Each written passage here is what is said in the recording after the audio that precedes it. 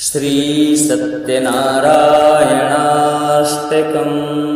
श्री सत्यनारायण अष्टक जगत के पालनहार भगवान श्री हरि विष्णु का अत्यंत ही शक्तिशाली और महाचमत्कारी स्तोत्र है।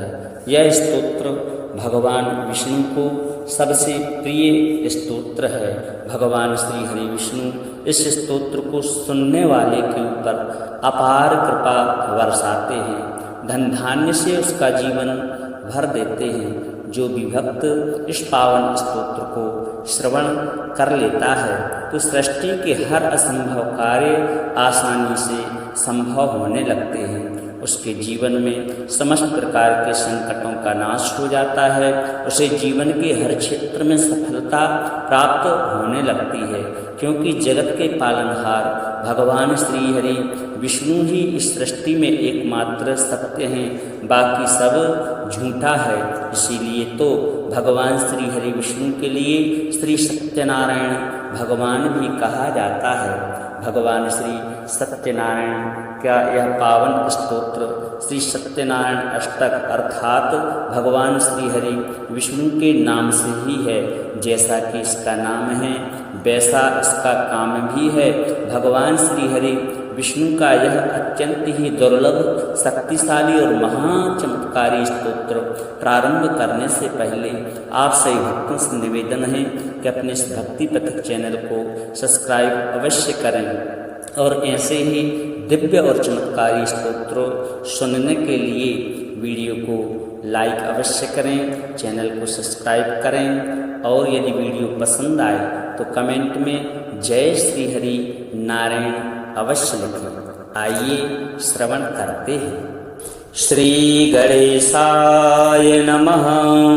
श्री सत्यनारायणाष्टकम्। आदिदेवं जगत्कारणं श्रीधरं लोकनाथं विभुं व्यापकं शङ्करं सर्वभक्तेष्टदं मुक्तिदं माधवं सत्यनारायणं विष्णुमीशं भजे। सर्वदा लोककल्याणपारायणं देवगोविप्ररक्षार्थ सद्विग्रहं दीनहीनात्मभक्ताश्रयं सुन्दरं सत्यनारायणं विष्णुमीशं भजे। दक्षिणे यस्य गंगा शुभा शोभते राजते सारमा यस्य वामे सदा। यः प्रसन्नाननो भाति भव्यस्य तं सत्यनारायणं विष्णुमीशं भजे। संकटे संगरे यं जनः सर्वदा स्वात्मभिनाशनाय स्मरेत् पीडितः। पूर्णकृत्यो भवेद् यत्प्रसादाच्युतं सत्यनारायणं विष्णुमीशं भजे। वाञ्छितं दुर्लभं यो ददाति प्रभो साधवे स्वात्मभक्ताय भक्तिप्रियः। सर्वभूताश्रयं तं हि विश्वम्भरं सत्यनारायणं विष्णुमीशं भजे। ब्राह्मणः साधु वैश्यश्च तुङ्गध्वजो ये भवन्विश्रुता यस्य भवत्यामरा। लीलया यस्य विश्वं ततं तं विभुं सत्यनारायणं विष्णुमीशं भजे। येन चा ब्रह्मबालतृणं धार्य सृज्यते पाल्यते सर्वमेतज्जगत् भक्तभावप्रियं श्रीदयासागरं सत्यनारायणं विष्णुमीशं भजे। सर्वकामप्रदं सर्वदा सत्प्रियं वन्दितं देवो वृन्दैर्मुनीन्द्रार्चितं पुत्रपौत्रादिसर्वेष्टदं शाश्वतं सत्यनारायणं विष्णुमीशं भजे।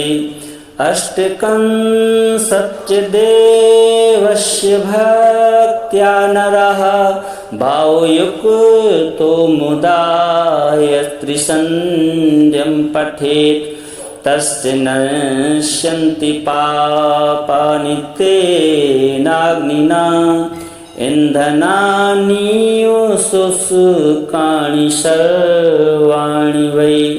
श्री सत्यनारायणार्पणमस्तु। आदिदेवं जगत्कारणं श्रीधरं लोकनाथं विभुं व्यापकं शङ्करं सर्वभक्तेष्टदं मुक्तिदं माधवं सत्यनारायणं विष्णुमीशं भजे। सर्वदा लोककल्याणपारायणं देवगोविप्रेरक्षार्थसद्विग्रहं दीनहीनात्मभक्ताश्रयं सुन्दरं सत्यनारायणं विष्णुमीशं भजे।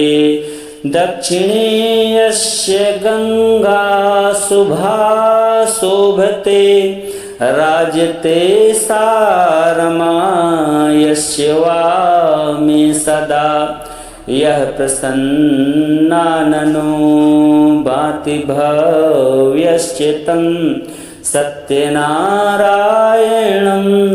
विष्णुमीशं भजे। संकटे संगरेयं जनः सर्वदा स्वात्मभिनाशनाय स्मरेत् पीडितः पूर्णकृत्यो भवेद् यत्प्रसादाच्युतं सत्यनारायणं विष्णुमीशं भजे। वाञ्छितं दुर्लभं यो ददाति प्रभो साधवे स्वात्मभक्ताय भक्तिप्रियः सर्वभूताश्रयं तं हि विश्वम्भरं सत्यनारायणं विष्णुमीशं भजे। ब्राह्मणः साधु वैश्यश्च तुङ्गध्वजो ये भवन् विश्रुता यस्य भवत्यामरा लीलया यस्य विश्वं ततं तं विभुं सत्यनारायणं विष्णुमीशं भजे। येन चा ब्रह्मबालतृणं धार्यते सृज्यते पाल्यते सर्वमेतज्जगत् भक्तभावप्रियं श्रीदयासागरं सत्यनारायणं विष्णुमीशं भजे। सर्वकामप्रदं सर्वदा सत्प्रियं वन्दितं देवो वृन्दैर्मुनीन्द्रार्चितं पुत्रपौत्रादिसर्वेष्टदं शाश्वतं सत्यनारायणं विष्णुमीशं भजे। अष्टकं सत्यदेवस्य भक्त्या नरः भावयुक्तो मुदा यत्त्रिसन्ध्यं पठेत् तस्य नश्यन्ति पापानि तेनाग्निना इन्धनानि शुष्कानि सर्वाणि वै। श्री सत्यनारायणार्पणमस्तु। आदिदेवं जगत्कारणं श्रीधरं लोकनाथं विभुं व्यापकं शङ्करं सर्वभक्तेष्टदं मुक्तिदं माधवं सत्यनारायणं विष्णुमीशं भजे। सर्वदा लोककल्याणपारायणं देवगोविप्रेरक्षार्थसद्विग्रहं दीनहीनात्मभक्ताश्रयं सुन्दरं सत्यनारायणं विष्णुमीशं भजे। दक्षिणे यस्य गंगा शुभा शोभते राजते सा रमा यस्य वामे सदा। यः प्रसन्नाननो भाति भव्यस्य तं सत्यनारायणं विष्णुमीशं भजे। संकटे संगरे यं जनः सर्वदा स्वात्मभिनाशनाय स्मरेत् पीडितः पूर्णकृत्यो भवेद् यत्प्रसादाच्युतं सत्यनारायणं विष्णुमीशं भजे। वाञ्छितं दुर्लभं यो ददाति प्रभो साधवे स्वात्मभक्ताय भक्तिप्रियः सर्वभूताश्रयं तं हि विश्वम्भरं सत्यनारायणं विष्णुमीशं भजे। ब्राह्मणः साधु वैश्यश्च तुङ्गध्वजो ये भवन् विश्रुता यस्य भवत्यामरा लीलया यस्य विश्वं ततं तं विभुं सत्यनारायणं विष्णुमीशं भजे। येन चा ब्रह्मबालतृणं धार्यते सृज्यते पाल्यते सर्वमेतज्जगत् भक्तभावप्रियं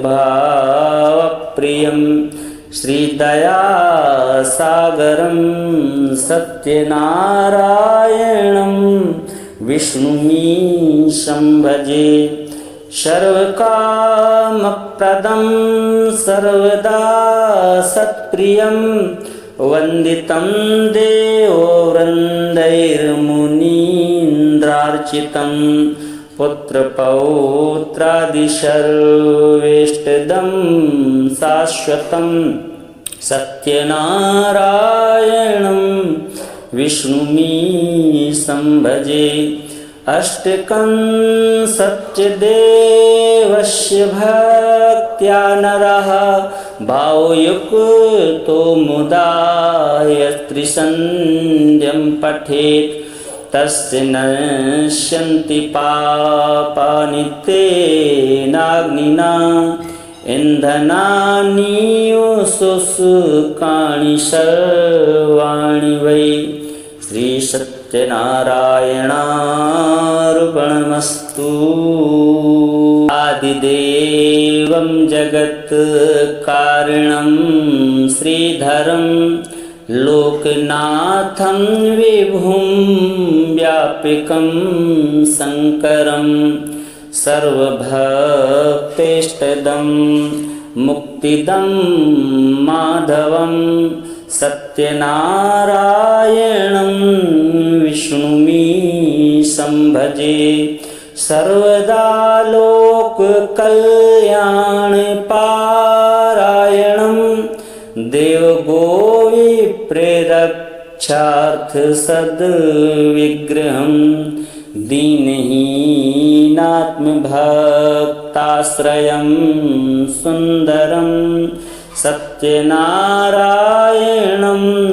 विष्णुमीशं भजे दक्षिणे यस्य गंगा शुभा शोभते राजते सारमा यस्य वामे सदा यः प्रसन्नाननो भाति भव्यश्च तं सत्यनारायणं विष्णुमीशं भजे संकटे संगरेयं जनः सर्वदा स्वात्मभिनाशनाय स्मरेत् पीडितः पूर्णकृत्यो भवेद् यत्प्रसादाच्च तं सत्यनारायणं विष्णुमीशं भजे वाञ्छितं दुर्लभं यो ददाति प्रभो साधवे स्वात्मभक्ताय भक्तिप्रियः सर्वभूताश्रयं तं हि विश्वम्भरं सत्यनारायणं विष्णुमीशं भजे ब्राह्मणः साधु वैश्यश्च तुङ्गध्वजो ये भवन्विश्रुता यस्य भवत्यामरा लीलया यस्य विश्वं ततं तं विभुं सत्यनारायणं विष्णुमीशं भजे येन चा ब्रह्मबालतृणं धार्यते सृज्यते पाल्यते सर्वमेतज्जगत् भक्तभावप्रियं श्रीदयासागरं सत्यनारायणं विष्णुमीशं भजे सर्वकामप्रदं सर्वदा सत्प्रियं वन्दितं देवो वृन्दैर्मुनीन्द्रार्चितं पुत्रपौत्रादिसर्वेष्टदं शाश्वतं सत्यनारायणं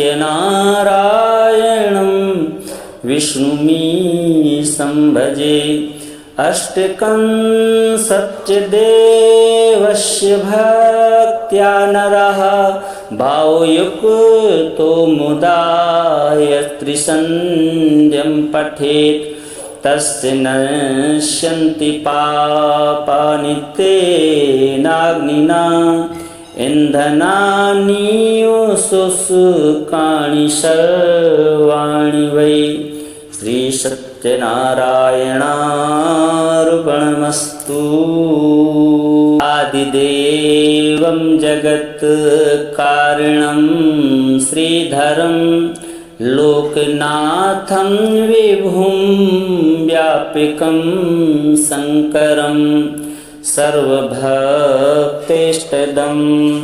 मुक्तिदं माधवं सत्यनारायणं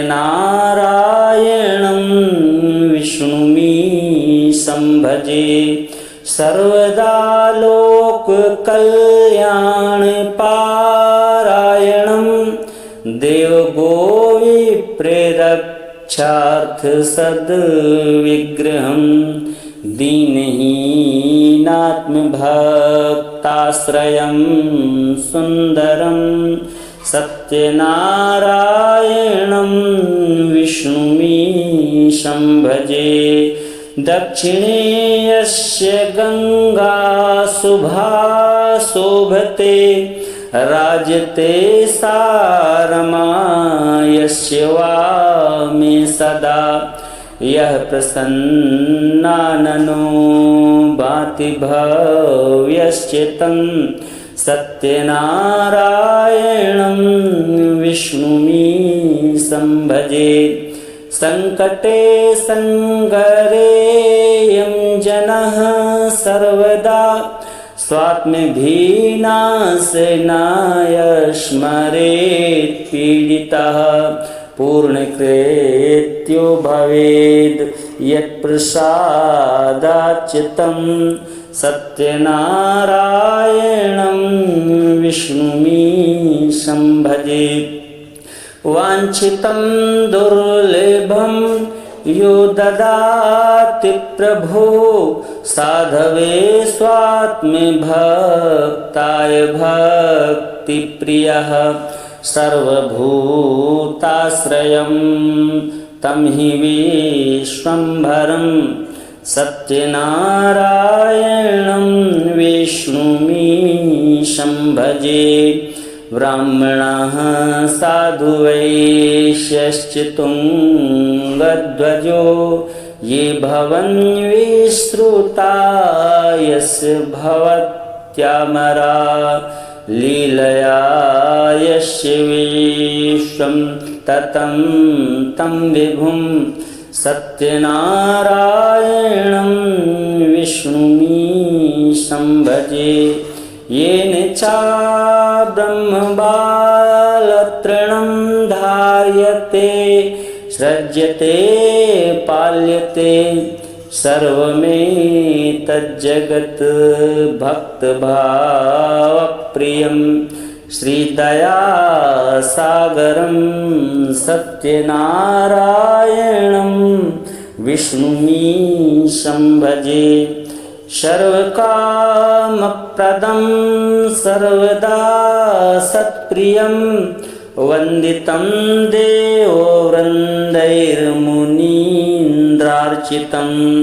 पुत्रपौत्रादिसर्वेष्टदं शाश्वतं सत्यनारायणं विष्णुमीशं भजे। अष्टकं सत्यदेवस्य भक्त्या नरः भावयुक्तो मुदा यस्त्रिसन्ध्यं पठेत् तस्य नश्यन्ति पापानि तेनाग्निना। इन्धनानि शुष्कानि सर्वाणि वै श्रीसत्यनारायणार्पणमस्तु। आदिदेवं जगत्कारणं श्रीधरं लोकनाथं विभुं व्यापकं शङ्करं सर्वभक्तेष्टदं मुक्तिदं माधवं सत्यनारायणं विष्णुमीशं भजे। सर्वदा लोककल्याणपारायणं देवगोविप्रेरक्षार्थसद्विग्रहं दीनहीनात्मभक्ताश्रयं सुन्दरं सत्यनारायणं विष्णुमीशं भजे। दक्षिणे यस्य गंगा शुभा शोभते राजते सा रमा यस्य वामे सदा। यः प्रसन्नाननो भाति भव्यस्य तं सत्यनारायणं विष्णुमीशं भजे। संकटे संगरे यं जनः सर्वदा स्वात्मभिनाशनाय स्मरेत् पीडितः पूर्णकृत्यो भवेद् यत्प्रसादाच्युतं सत्यनारायणं विष्णुमीशं भजे। वाञ्छितं दुर्लभं यो ददाति प्रभो साधवे स्वात्मभक्ताय भक्तिप्रियः सर्वभूताश्रयं तं हि विश्वम्भरं सत्यनारायणं विष्णुमीशं भजे। ब्राह्मणः साधु वैश्यश्च तुङ्गध्वजो ये भवन्विश्रुता यस्य भवत्यामरा लीलया यस्य विश्वं ततं तं विभुं सत्यनारायणं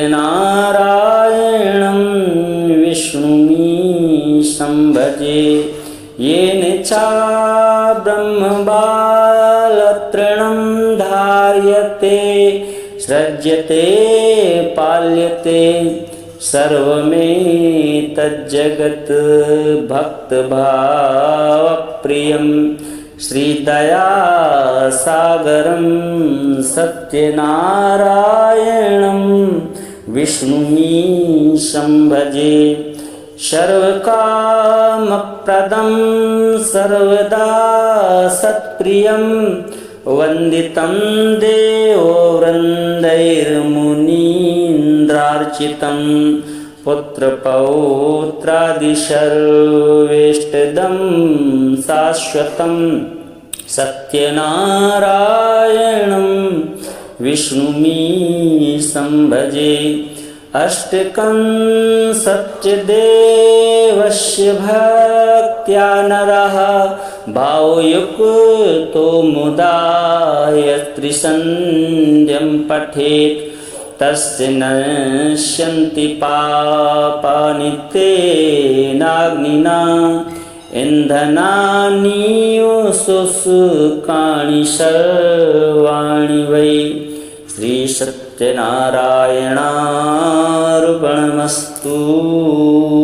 आदिदेवं जगत्कारणं श्रीधरं लोकनाथं विभुं व्यापकं शङ्करं सर्वभक्तेष्टदं मुक्तिदं माधवं सत्यनारायणं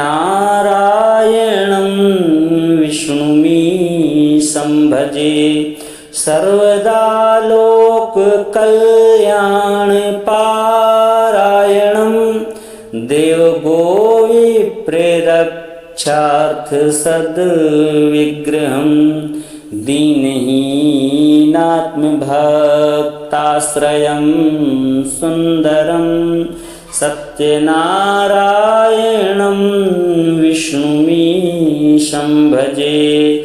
दक्षिणे यस्य गङ्गा शुभा शोभते राजते सारमा यस्य वामे सदा यः प्रसन्नाननो भाति भव्यश्च तं सत्यनारायणं विष्णुमीशं भजे। संकटे संगरेयं जनः सर्वदा स्वात्मभिनाशनाय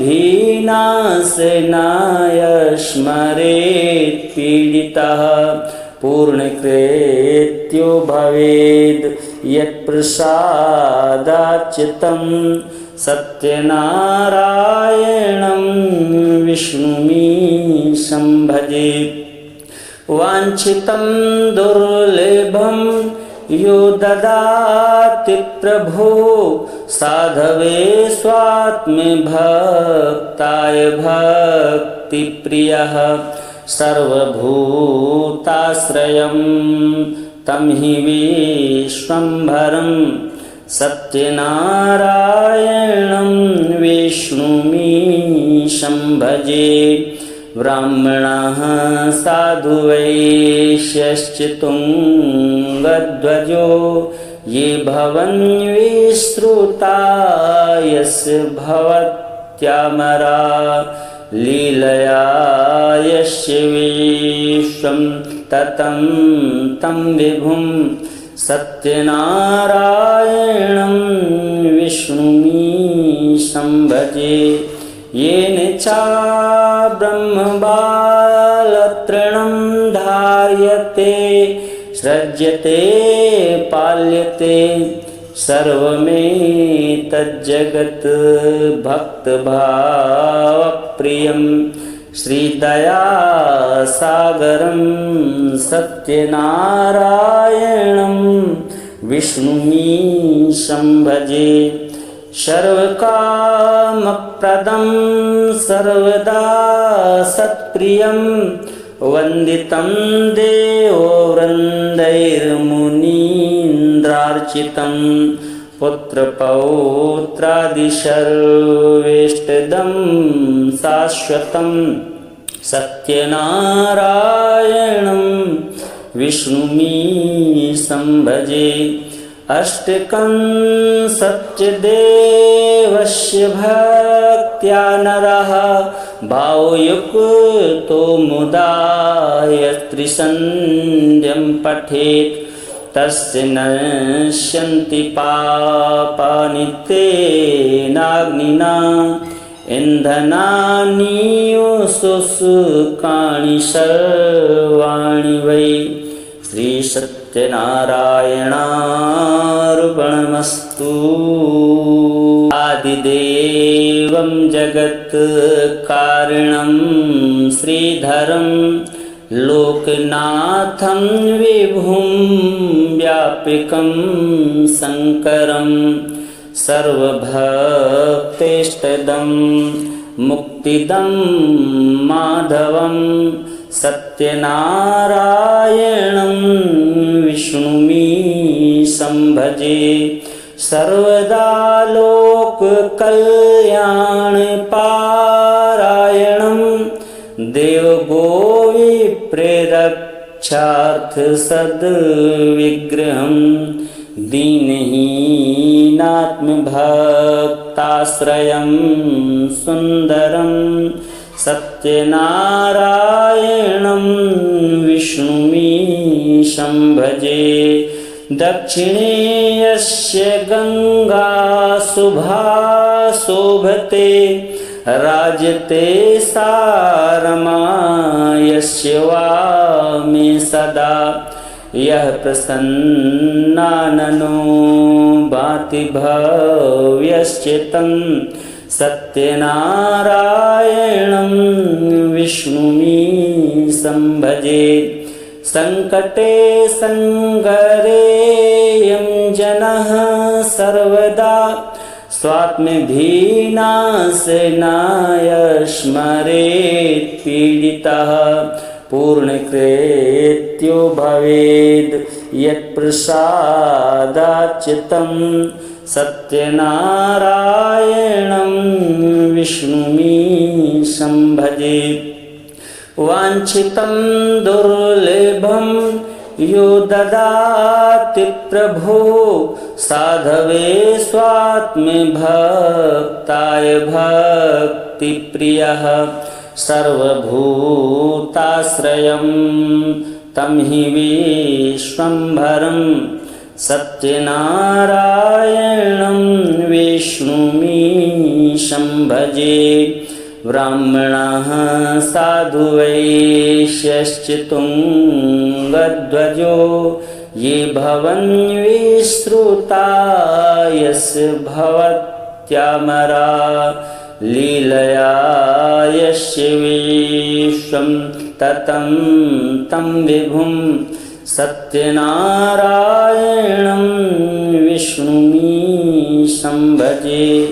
येन चाब्रह्मबालतृणं धार्यते सृज्यते पाल्यते सर्वमेतज्जगत् भक्तभावप्रियं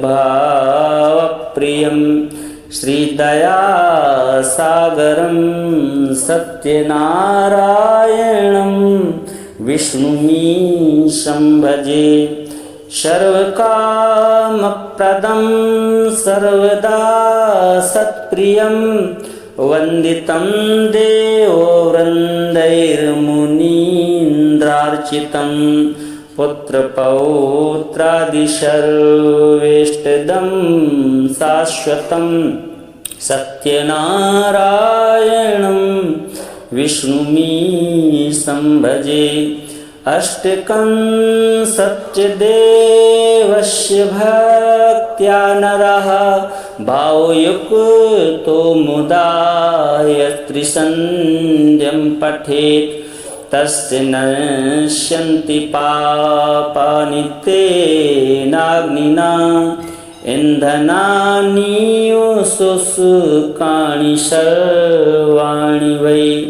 श्री सत्यनारायणार्पणमस्तु। आदिदेवं जगत्कारणं श्रीधरं लोकनाथं विभुं व्यापकं शङ्करं सर्वभक्तेष्टदं मुक्तिदं माधवं सत्यनारायणं विष्णुमीशं भजे।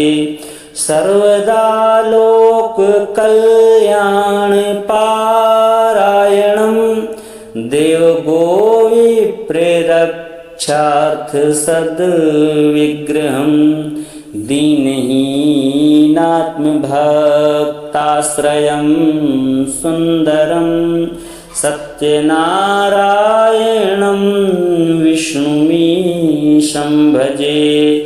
दक्षिणे यस्य गंगा शुभा शोभते राजते सारमा यस्य वामे सदा यः प्रसन्नाननो भाति भव्यस्य तं सत्यनारायणं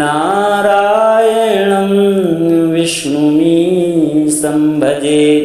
संकटे संगरेयं जनः सर्वदा स्वात्मभिनाशनाय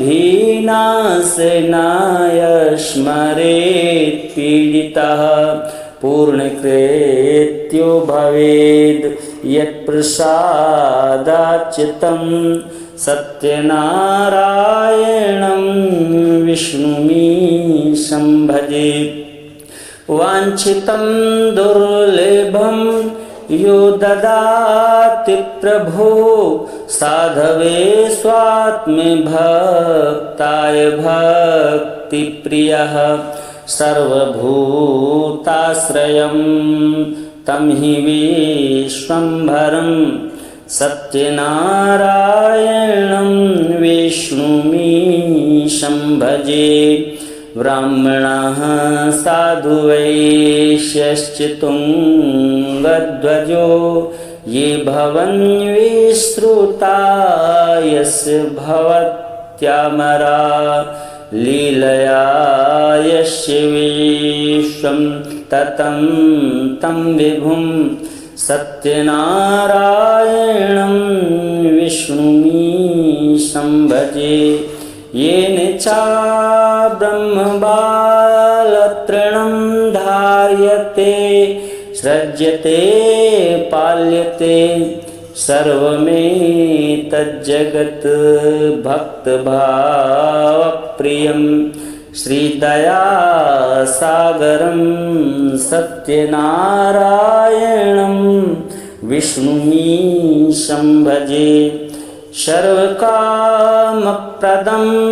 सर्वदा सत्प्रियं वन्दितं देवो वृन्दैर्मुनीन्द्रार्चितं पुत्रपौत्रादिसर्वेष्टदं शाश्वतं सत्यनारायणं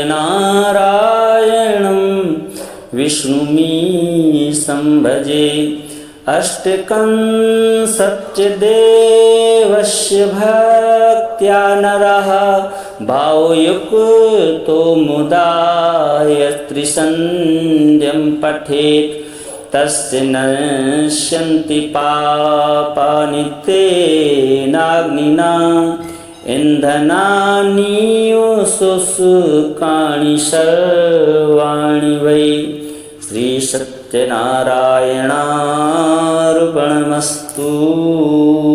आदिदेवं जगत्कारणं श्रीधरं लोकनाथं विभुं व्यापकं शङ्करं सर्वभक्तेष्टदं मुक्तिदं माधवं सत्यनारायणं विष्णुमीशं भजे। सर्वदा लोककल्याणपारायणं देवगोविप्रेरक्षार्थसद्विग्रहं दीनहीनात्मभक्ताश्रयं सुन्दरं सत्यनारायणं विष्णुमीशं भजे। दक्षिणे यस्य गंगा शुभा शोभते राजते सा रमा यस्य वामे सदा। यः प्रसन्नाननो भाति भव्यस्य तं सत्यनारायणं विष्णुमीशं भजे। संकटे संगरे यं जनः सर्वदा स्वात्मधीनाशनाय स्मरेत् पीडितः। पूर्णकृत्यो भवेद् यत्प्रसादाच्युतं सत्यनारायणं विष्णुमीशं भजे। वाञ्छितं दुर्लभं यो ददाति प्रभो साधवे स्वात्मभक्ताय भक्तिप्रियः। सर्वभूताश्रयं तं हि विश्वम्भरं सत्यनारायणं विष्णुमीशं भजे।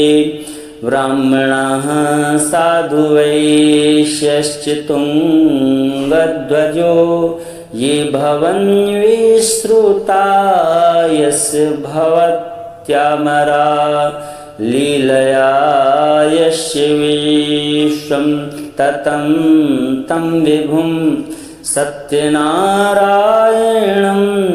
विष्णुमीशं भजे। येन चाब्रह्मबालतृणं धार्यते सृज्यते पाल्यते सर्वमेतज्जगत् भक्तभावप्रियं श्रीदयासागरं सत्यनारायणं विष्णुमीशं भजे। सर्वकामप्रदं सर्वदा सत्प्रियं वन्दितं देवो वृन्दैर्मुनीन्द्रार्चितं पुत्रपौत्रादिसर्वेष्टदं शाश्वतं सत्यनारायणं विष्णुमीशं भजे। अष्टकं सत्यदेवस्य भक्त्या नरः भावयुक्तो मुदा यत्त्रिसन्ध्यं पठेत् तस्य नश्यन्ति पापानि तेनाग्निना इन्धनानीव शुष्काणि सर्वाणि वै। श्री सत्यनारायणार्पणमस्तु। आदिदेवं जगत्कारणं श्रीधरं लोकनाथं विभुं व्यापकं शङ्करं सर्वभक्तेष्टदं मुक्तिदं माधवं सत्यनारायणं विष्णुमीशं भजे।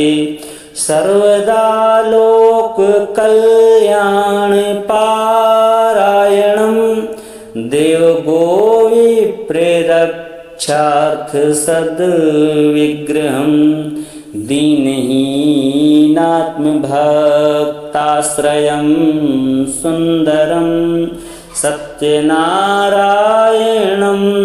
विष्णुमीशं भजे। दक्षिणे यस्य गंगा शुभा शोभते राजते सा रमा यस्य वामे सदा। यः प्रसन्नाननो भाति भव्यस्य तं सत्यनारायणं विष्णुमीशं भजे। संकटे संगरे यं जनः सर्वदा स्वात्मधीनाशनाय स्मरेत् पीडितः। पूर्णकृत्यो भवेद् यत्प्रसादाच्च तं सत्यनारायणं विष्णुमीशं भजे। वाञ्छितं दुर्लभं यो ददाति प्रभो साधवे स्वात्मभक्ताय भक्तिप्रियः। सर्वभूताश्रयं तं हि विश्वम्भरं सत्यनारायणं विष्णुमीशं भजे। ब्राह्मणः साधु वैश्यश्च तुङ्गध्वजो ये भवन्विश्रुता यस्य भवत्यामरा लीलया यस्य विश्वं ततं तं विभुं सत्यनारायणं विष्णुमीशं भजे। येन चाब्रह्मबालतृणं धार्यते सृज्यते पाल्यते सर्वमेतज्जगत् भक्तभावप्रियं श्रीदयासागरं सत्यनारायणं विष्णुमीशं भजे। सर्वकामप्रदं सर्वदा सत्प्रियं वन्दितं देवो वृन्दैर्मुनीन्द्रार्चितं पुत्रपौत्रादिसर्वेष्टदं शाश्वतं सत्यनारायणं विष्णुमीशं भजे। अष्टकं सत्यदेवस्य भक्त्या नरः भावयुक्तो मुदा यस्त्रिसन्ध्यं पठेत् तस्य नश्यन्ति पापानि तेनाग्निना इन्धनानि शुष्कानि सर्वाणि वै। श्री सत्यनारायणार्पणमस्तु।